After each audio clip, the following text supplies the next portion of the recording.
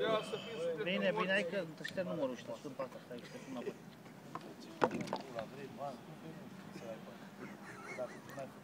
I-am dat la ea și să fim sufletul morții. Eu de ce țin cămașa asta, Antoliu? Băi, câți o melodie de la Cabacman? Hai, ce melodie știi? Mai bine și mai mult. Eu ce frumos. Peste de pe la spate, buzunarul pe la spate.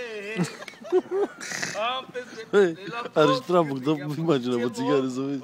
Ce nu face te la o... Te iubesc din corazon. Nu știu, asta nu știu. Ia-te, mă filmează acum. Are și trabuc, băi, tu vezi? Băi, arată așa și Euro construit. Dovene, tu vezi care trabuc? Cine filmează din asta? Barosani. Salutate! La servici? De Barosani. Hai mă, fă una frumoasă, că-ți dau de o bere. Hai. Cel mai Cine mare cu- Barosani. Tu, pa, stă hine cu hine, pa, ta, pa, tu, pa, Ce limbă vorbești ăsta? spanioli. De la fel favoră la Grață.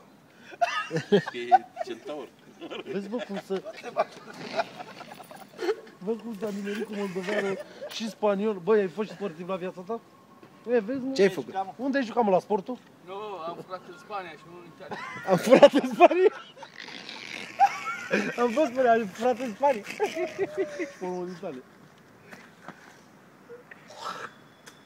Hai mă, bagă una frumos. Asta cu Petrică Cercel, că mi-e place de Petrică Cercel.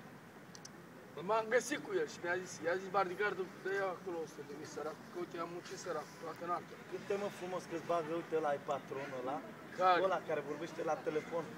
E patron. Bagă mă. Să nu-ți mai zic că și celălalt e patron. Zi mă de Cercel. Dacă mă duc pe partea mea.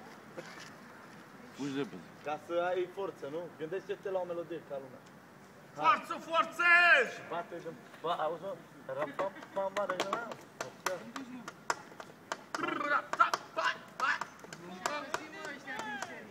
Milion, milion, nada câștigat fără milion.